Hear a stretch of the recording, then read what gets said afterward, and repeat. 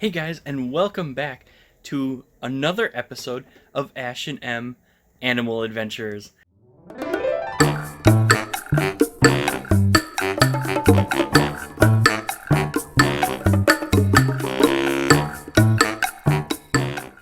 So today I'm going to do a full tour of all the animals that I currently have.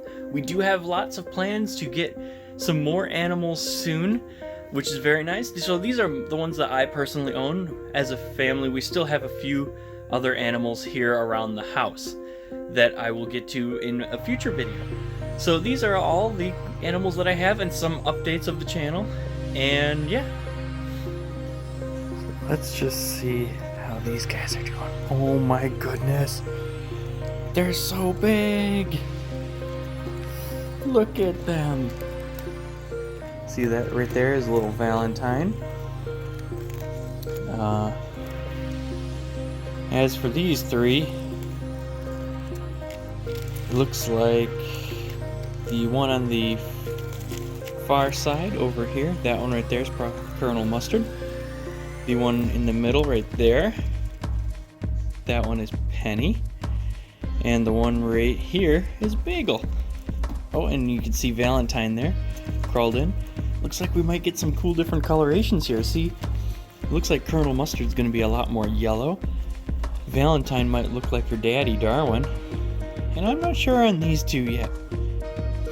But all of them look like they're going to be the wild type or green coloration of Darwin, because Bindi is all yellow, so she has all recessive genes, and we weren't sure what Darwin had. So this is Darwin up there and Bindi over there, and these two are the parents of the baby birds. Let's get a better look at them. As you can see, Bindi's a beautiful yellow parakeet, and Darwin is a beautiful green wild type parakeet.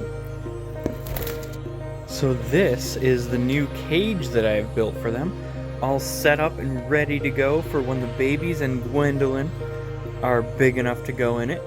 So this cage is set up. It's about 5 foot by 3 foot by 3 foot. So it is massive. And I have this one main door here that opens up, and then the entire front opens up. So I actually have two doors on the front here, so I could open the small one or the large one. The small one more for like feeding them and watering them and interacting with them. The big one's more for like cleaning out the entire thing. So as you can see here, I actually took a bird bath and modified it as a seed catch, because I have their seed thing up there. God, I can't think of it. Focusing on opening the door here. Their bird feeder up there. I'm actually going to use probably a regular bird feeder, which I thought would be kind of fun because I could change that out really easily, get all kinds of cool designs, and it's an auto feeder. All the seed shells should go down into this, which I'm actually going to put regular bird seed in this too, so that, because underneath the feeder is usually the messiest part of the bird cage. Now I also have paper towels, and this right here is a type of pellet bedding that I use that helps to absorb any fecal material on the ground as well.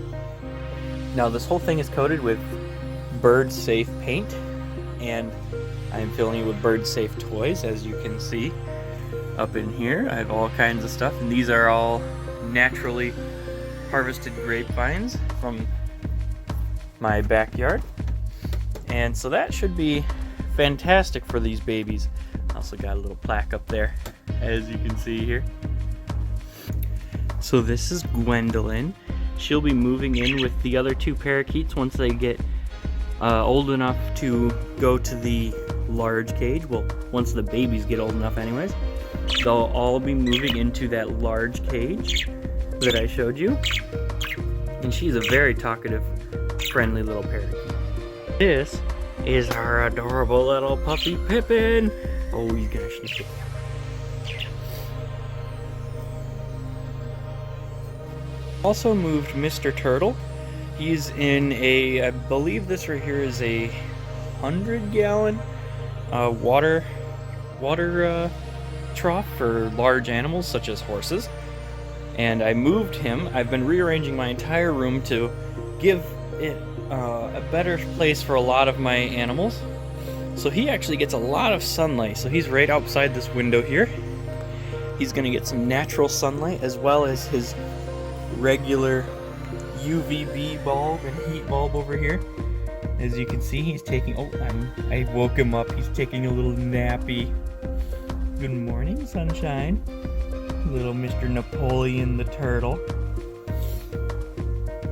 So I've had him since 2010. I acquired him as a juvenile. And so this is his new area. I also have his hibiscus plant up here so that I can actually just pluck leaves off and put those in the enclosure, because this right here is a very edible, healthy leaf for them. So that is Mr. Turtle's new setup here. He's also in a bioactive setup, so he's got some springtails and isopods in there. This is the wet half so that it has a lot more moisture in it, so the isopods and springtails can thrive. But I also moved the crested gecko. So I actually haven't done a video on this yet, but this is the crested gecko setup that I have. As you can see, it's a fully planted bioactive terrarium again with springtails and isopods. But let's see what he's up to. There he is. So this is the crested gecko. Let's see if I can touch him. Boop. So he hasn't been handled a whole lot, but I plan on doing a lot more handling in a video in the future. So moving on from the crested gecko, we have some more plants by the window. I have my other bioactive setup right here. Let's turn the camera so you can see it a little bit better. It's another fully planted, just like my other ones, with springtails and isopods. I might actually do a video in the future of how to do one of these yourself. It's surprisingly easy to do, and then you shouldn't have to clean those for a very long time. My mealworm colony, there's one of the beetles. And then moving over, I moved the infamous skull over here. There he is peeking out to say hi. So I moved his setup over by this window here, so he'll actually get a little bit more natural sunlight as well as this setup here, which is, we have a new friend coming soon to that setup. You'll be able to see them. Oh, look at Skull's coming out to say hi. He thinks I have food. Yes, you do. Yes, you do. Look at you eyeballing the camera. No, you can't eat the camera. Oh, look, he's coming right up. Those are some of the changes that I've made to my room. And to complete this tour of all the animals that I currently have, I'm gonna show you guys the Madagascar hissing cockroaches. So here's the Madagascar hissing roaches. They are actually not in my room currently. So they love, oh, there's one right there. There's a large female. There she goes, kissing.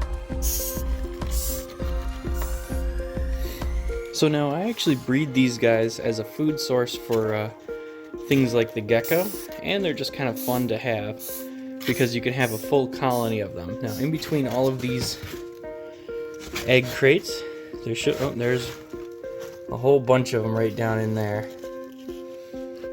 Now these guys are completely harmless. They don't bite or anything. They're strictly vegetarian, and they won't infest houses because they like really fresh food like that.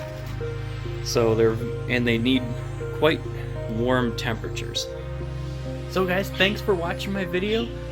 Stay tuned for more videos. Comment below what you want to see next, and hope to see you on the channel again.